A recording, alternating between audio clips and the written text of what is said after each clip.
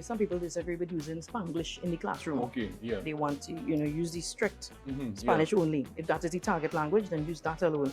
In Trinidad, because like everyone just fighting and battling a carb for opportunities in Trinidad, but to learn another language, which will be Spanish.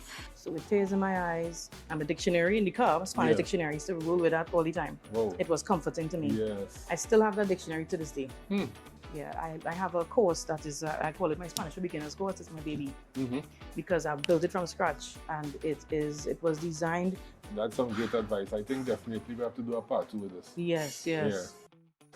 Hi, Gabrielle. So everyone knows you on TikTok, Profesora Pedro, and I love to hear everyone's story. And I know that you have a unique story, so let's hear from you.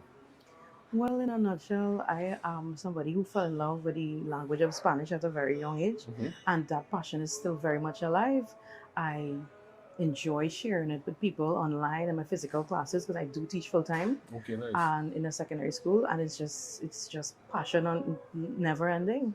So let's hear from you in terms of how you got into Spanish. Like, what motivated you to say Spanish is that career passion that I want to go forward lengthy?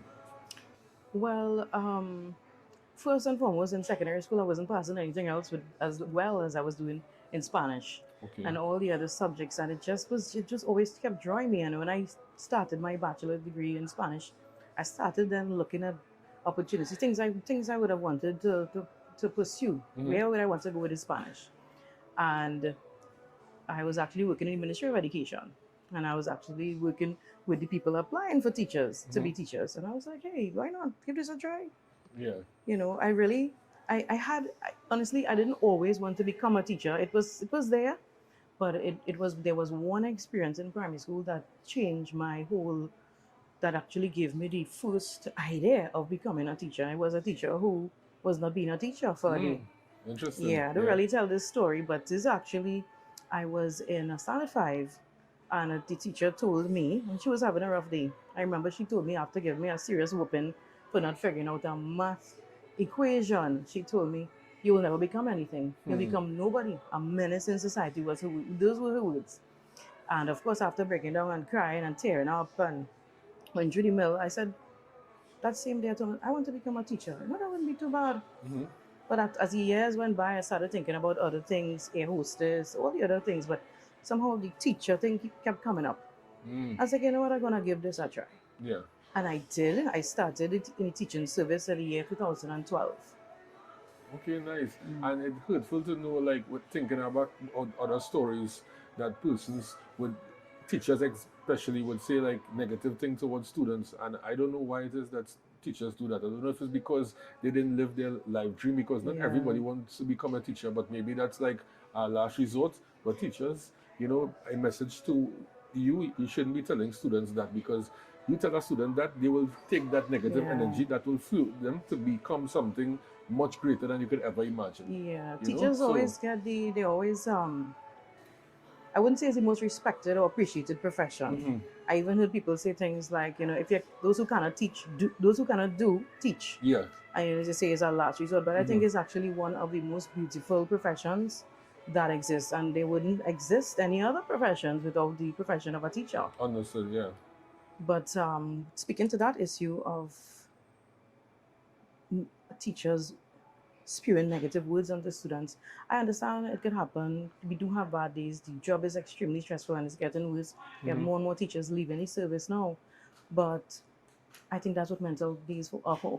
Mental health days are for. Sometimes it's too much, because after investigation, I found out that teacher was going through a really rough time in her life. And it's not an excuse. Yeah, understood, yeah. However, you take your mental days. And I think that, as a matter of fact, I think that there should be more things being done toward helping teachers with mental health. Mental health. It is a real issue. It is a really, really issue. And going back to your childhood days, how was that for you? Well, I was born and raised in Mova. Okay. We were not doing very well. We were not doing very badly, but I was raised by a single mother, and who did her very best. She taught me a lot. She actually taught us how to be ladylike, how to be humble, religious. She was that type of person. I was introduced to a Venezuelan friend who introduced me to Latin American music, Right. Mm-hmm. to a lot of salsa, merengue, and I fell in love with that. I used to Whoa. play. We didn't have CDs and all Yeah. these things. It was a little cassette and I think I just playing these songs over and over. Some Mark Anthony, that his Yeah, music, yeah. I love Mark Anthony. I and know La Mark India. Anthony. Yeah. Oh gosh, I kept playing those songs repeatedly, and they just listen to the music, the sad songs, the happy songs. Really, they just did something for me, Mm-hmm. and I didn't realize that by listening to so much music, I didn't Mm-hmm. even know that my fluency would have been increased in such a short space of time. Right. So by the time I got into Form 6, the teachers, and they were impressed by my level of Mm-hmm. fluency and my pronunciation. So you People could always dance says, salsa and stuff. Yeah. Pretty well, well. truth be told, no, quite the opposite.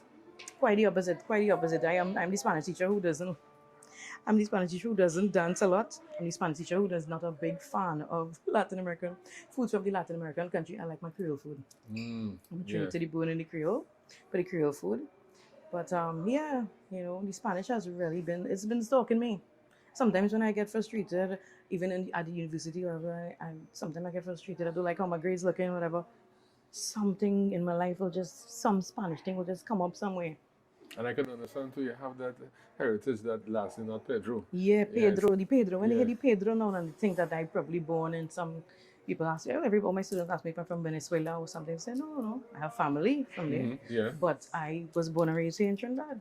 So you have a lot of Spanish friends that you communicate to on a daily basis. Actually, no, I don't. I do have friends from various Spanish-speaking countries, but I communicate with a lot of teachers, and I force Spanish teachers, Mm-hmm. and I tell them, let us talk in Spanish. Yeah. So we try to have conversations, and it's the jukiest thing to hear two bilingual people talk, especially when it's gossip. Because listen to Why me, is that? it's the Yeah. funniest thing. We will have nicknames for people. We will Right. have nicknames for somebody that is a part English word, a part Spanish word, and we will say things like, "Oh gosh, I have to salir now. Mm. I have to salir now." And if you have to know the two languages to understand the Yeah. full sentence. I have to salir now. Look. El Mm. viene now. He's coming now. He come now. Yeah. He reach now. Right? So that is this is a beautiful thing. I love it. I love it. Some educators say that Spanglish is not the best way to is not the best thing for people learning a language. Mhm. I quite disagree. Not the Because best thing for someone oh, learning a language. yeah, somebody learning the new language. So let's say for example, I'm an educator. Right. Some people disagree with using Spanglish in the classroom. Okay. Yeah. They want to use the strict Mm-hmm. Spanish only. If that is the target language, then use that alone because this is what you want them to get used Right, to. But yeah. I found, in my experience, it helps, yes, but sometimes the students get lost. You come in a class, say, hola estudiantes, hoy vamos a hablar de... Miss, I don't know what you're saying, and some of them shut down. Mm. So I'll say, hoy, vamos, and then you will use your mannerism, your Yeah. body languages, but just a little English word in between for them just to keep them Yeah. with Yeah. you. Correct. You just have to know how I to do it, understand, yeah. as Yeah. opposed to just starting to talk in Spanish alone Mm. because students say, Miss, I think I know what you're saying, but Miss, I don't understand everything. Yeah, because you could speak, let's say, 3 to 4 Spanish words, may not understand, but if you have one English in it, then after they would actually put the Yeah. sentence to make some sort of, essence towards. Yeah, so I understand where you're coming from in terms of including English and Spanish in a Yeah. statement itself. So when my Yeah. friends talk, I'm gonna tell you, it is. We just be laughing because it's so ridiculous. If I could think about a sentence here of the way that it sounds or something that you'll be able to understand or not understand, as we talking, I'll bring it to the forefront. Okay, all right, no problem. And you know what you're working on presently right now? Like, tell the audience about that. I'm working on a lot of things. I'm a busy person. I like to stay busy. So I have some things I want to do to help students in the secondary school a little bit more in terms of resources, material, learning material. So I'm working on that, as well as just wrapping up with my TOEFL certification so that I could start to reach the Spanish speaking population Yeah, wanting to learn I love English. I know that. that is a very big thing now. Correct. All right, so a lot of family members would reach out to me, my wife, my husband, whoever who want to learn English. I can't do it. You can Yeah. help me. And they want somebody who knows the two languages to assist them in that way. So that is what they could look forward to soon. Okay, and what about, I see like you're focusing more on the younger generation. What about the working class people who want to learn Spanish for their professional development? Yes, that is a really big, that is actually one of a large amount of my students are adults and teens, Mm-hmm. because I have a lot of students who are working in different fields who they just realize they need to learn this Spanish. Mm-hmm. Yeah. Yes, there are people who do it just for fun, but I do have a lot of people, for example, in the legal field, in the business field, Mm-hmm. engineering, who just they say I need to learn this one. I have to do this for the end of the year, and I've helped people get promotions. It's really rewarding to know that they could help people Awesome. in that Yeah. way. Help people get promotions with companies that are just totally dominated by all the Latin American business Mm-hmm. that Yeah. is taking place now. So I really yeah, I have a course that is I call it my Spanish for beginners course. It's my baby Mm-hmm. because I built it from scratch, and it was designed for me to design that course. I was thinking like an English speaking person who wants to know Spanish, thinking what are the kind of things you want to say, how you'll want to learn it, what kind of activities you'll want to do. And so that is why all of my courses, especially that course I have, it's I always say interactive. It's interactive. Mm-hmm. It's not a course where you just sit down and you just and Just you watch listen. some No, you material can't and do it you like that. Yeah. mm-mm, mm-mm. It's interactive. I want to speak to you. You talk to me. At the beginning of every class, I want to find out what do you do for a living? What do you do for a living? So my activities and the experience I share and the way in which I bring across the material for that course Mm-hmm. is going to is it'll be suitable to the persons that I'm teaching in front of me. And those who got promotions, how long it took for them to actually learn the language in order to obtain the promotion? Because that is something I'm sure professionals will want to Yeah, know. it varies. Sometimes you meet a student, an adult who's been working with a company for years, and you find when they start the classes, like so, oh, sometimes they will do one-on-ones. Because I do Mm-hmm. do no one-on-one classes as well. And what I do find is that they already come with some vocabulary, they come with some grammar, they come with Mm. some phrases that they learn, and they Mm-hmm. know a couple things. So for those type of persons, they would take on average, let's say a year. Okay. That's a couple months in and out, but steady, And this is one on one for a year. one on one, and also the courses. All So right. my two courses for adults really geared towards those things is the Spanish for beginners, which is a 3 month course, Mm-hmm. because you can't learn Spanish overnight. Yeah, It takes for time, sure. and I don't believe in rushing the Mm-hmm. Spanish. As well, I don't believe in boring it out and dragging it out and teaching you things that you really don't need to know. Mm. So within the 3 months, I teach you the basic, the foundation, and I teach you not only what it is, but I teach you why it is so. Mm. So at the end of my beginners course, not everybody comes back for the intermediate, Yeah. because I give them the tools. I said, this is what you need to do. This is how to use the translator. This is how to do what you have to do. This is why this word is like that. Right. This is why they say this in this country and they don't say that in that country. Don't say this. So that will be a 3 months, and the follow up for that is my intermediate, which is a 2 month course, Right. which is a more intense course. That is for the people who really need to understand how to structure sentences properly, who really want to be able to improve their listening and their writing skills and their reading skills and their speaking skills. Um, so I will say a year consistent work. Right. Mm-hmm. Yeah, with me outside of without me just showing you what to do Mm-hmm. when you're in the course, when you're actually a student of mine, and then I offer support after that. So then you message me, hey, look, I see this email or they send me videos. I had to present for this, whatever. Recently, I had one of my students. I think he works with Pan American one insurance, and he does presentations for the company in Latin America. He Mm-hmm. does a Yeah. lot of work in Panama as well. So he also was telling me that this course is so beneficial. He could speak with his colleagues, and he's Mm. using the Spanish. Yeah. And the most important thing, aside from just doing my course, just sit and expect magic to happen. You want to use it, use it, use it. You That's it. learn something Mm-hmm. this week, you find an opportunity to use that. You turn your phone in Spanish, change the language of your phone.